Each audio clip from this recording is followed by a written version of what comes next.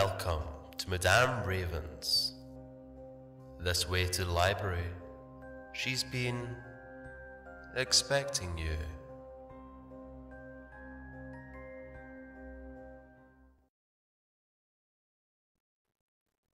Inferno's Edge by BearLair64. Hope not ever to see heaven. I have come to lead you to the other shore, into eternal darkness, into fire, and into ice. Dante Alighieri, Inferno. Glenn had been choking on the smoky haze for a week, and the orange glow had gone from being visible only at night to providing what appeared to be a constant sunrise for the hellscape that now approached to just over the next ridge from his home. Laura and the kids had evacuated to the city to stay with her parents 2 years earlier, long before the fire threatened. Their lives had been torn asunder by personal forces and internal pressures rather than by the harsh realities of nature. This home was all he had left, the place where he was still able to spend at least some limited time with his children, at least until the fires had begun a couple of months past. Now the conflagration that had devoured so much threatened his home and his life. He knew in his guts that it would come towards him.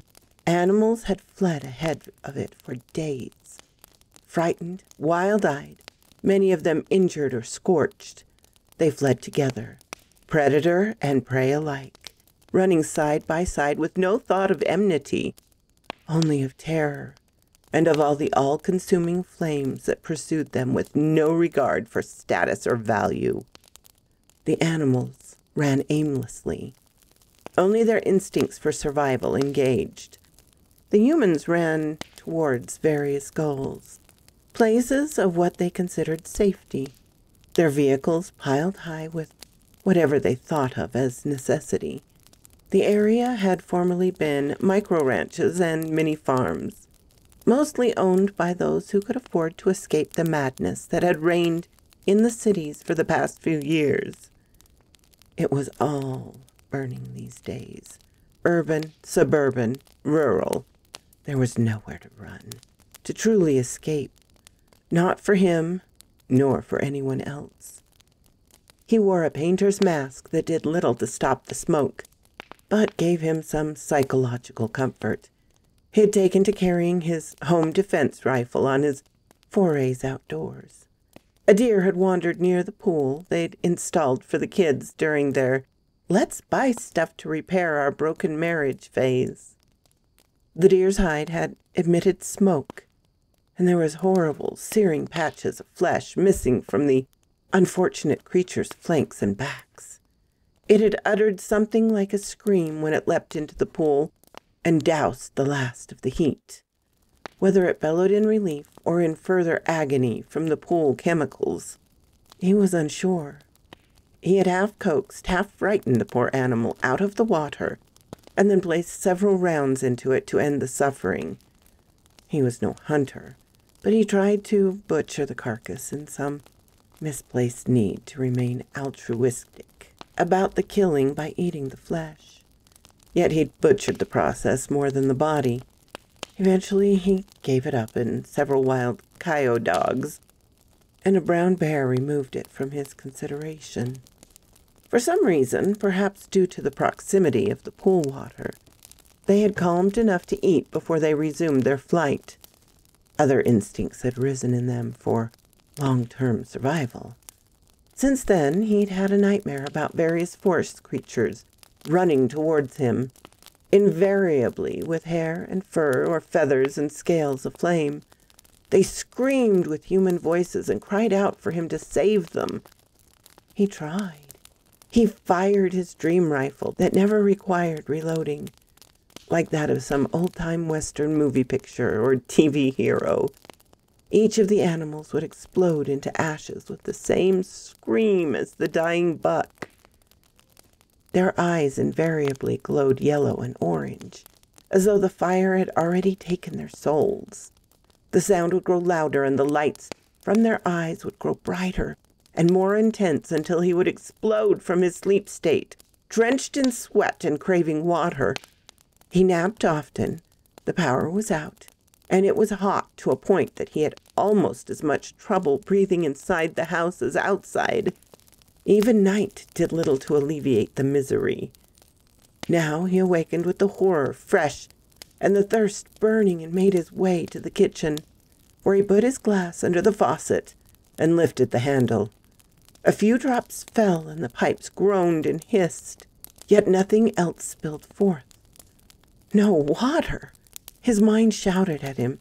He had plenty stored around the house, but the instinctual shock awakened him from his stupor, induced by stress, fatigue, and a lack of clean oxygen, all mixed with a profound sadness for the loss of the world around him. For 2 days the smoke had increased, and the glow above the ridge intensified, yet now it shifted, more to the west and maybe south. The winds had grown more fierce and hotter than those in the perdition of which his paternal grandparents had spoken, had used to frighten him and his siblings.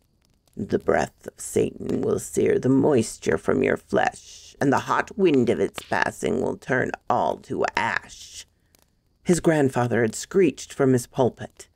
Glenn shuddered.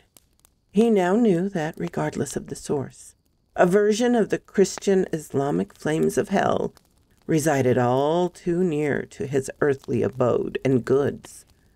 Still, a glimmer of hope that it would pass lingered. How not? It was part of the human ability to survive, to hope when all was clearly lost.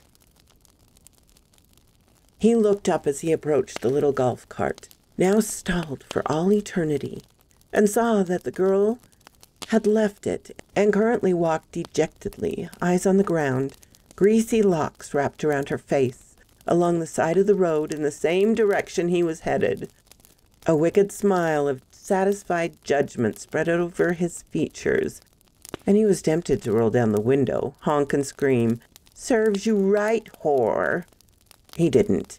She was beaten and bereft of company and the protection of numbers. His remaining decency and human compassion had not entirely fled. Instead, he slowed to a halt and uttered, "Crap! Why help this dirty little creep?" He pounded the steering wheel as he berated himself. Then he mumbled, "She'd as soon cut my throat as accept a peaceable offer of a ride. I won't take her far, just to the first group of authorities. She definitely can't be around my kiddos. Probably will want some of my water." When he stopped and waited, he watched her cautiously in the rearview mirror. It took a moment for her to realize that he'd stopped for her. She stood and stared, a little shell-shocked apparently, then walked towards the driver's side of the cab, where she stopped and gazed up at him. I didn't want to kill you or anybody," she added hastily. "It's just like I didn't know what to do, how to, survive. I don't got no weapons or nothing. I just don't know what to do now, Glenn watched her features for signs of deception or scheming. There was only a shocked, vacant look, covered in part by smears of grime. "Well, you can help me find my kids, but have to stop saying 'like' every third word, or so help me. I will leave you on this street to starve." She looked up at him, mouth agape, and then worked a little. Okay." She ran around the front of the truck and climbed into the front passenger seat. Glenn looked at her. "I haven't been to the city in a while. I'm sure it looks different after the fires and looting. Maybe you can help me navigate. My name's Glenn." "Stacy," was her singular reply. He'd probably offended and or frightened her. Not intentionally, but he didn't suffer fools well. That's why he'd moved to the countryside. He also didn't like people who ran around with gang trash, laying in ambush. Still, She had likely just been scooped up by the group. She didn't appear to be streetwise, unless she was a really good con artist. We're headed to Fox Meadow Apartments. You ever heard of that? Know where it is? He hoped to get her out of her fugue and thinking again. Perhaps simple questions would help. Stacy shook her head. I'm not from this area. I grew up on the south side of the city. Not too terrible, but not really a nice place either. As she spoke, she stared out the window at the devastated landscape that now rolled by at a rapid pace. Them guys picked me up from the side of the road. I was walking out this way. Didn't have no place to go after the riots. They burned everything, even my poor granny's house. I was gone, out looking for food, and when I got back, she was gone. And the house was just a pile of ashes. Even her cats. She choked off a little sob. Glenn hoped that the tears were real. It would mean that the girl was human and not just some creature reduced to savagery by hunger and desperation. She cleared her throat. I didn't know where to look for her, but I knew she had a sister out this way, so I started walking. Them guys, they offered me a ride. One of them kept hefting his gun, so I knew they weren't asking. She glanced over at Glenn. He wondered if she was gauging whether her words were having the desired effect. Probably thinks I'm a sucker, he thought sarcastically. Her story sounds like so much BS. They were grabby and pawed at me, but they were in a hurry to get away from the city, so they didn't press for other stuff. They had pissed off some gang that was a gang before and had, real guns and stuff. They knew they were toast if they stayed. She shrugged. We ran out of gas during the rain and had to walk the last few miles. Had a fight with those people when the rain and fire caused a bunch of fog. Everyone felt kind of freaky, so we backed off and stayed in the next house down and came back to finish it today. You saw the rest. She bent her head towards the floorboard. All that to get out of here. And now you're taking me back to where I started. Glenn slowed and pulled over to the side of the road. When he'd come to a full stop, he put the transmission in park and looked over at his passenger. You can get out any time you like. Unlike you and your friends, I don't kidnap people, and I don't have ulterior motives. So quoth this raven. I will resist the urge to torture you with the earworm the character Stacy put in my head. But a little BearLair is always good. And definitely a good start to the week, even if it's Tuesday. Have a wonderful, lovely day, my darlings.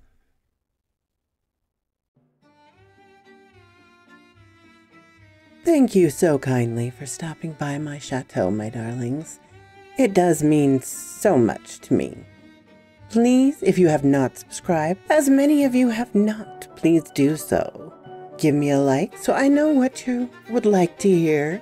And comment. I always love to read your comments. And special thanks to my Patreon and membership supporters. Ciao, darlings.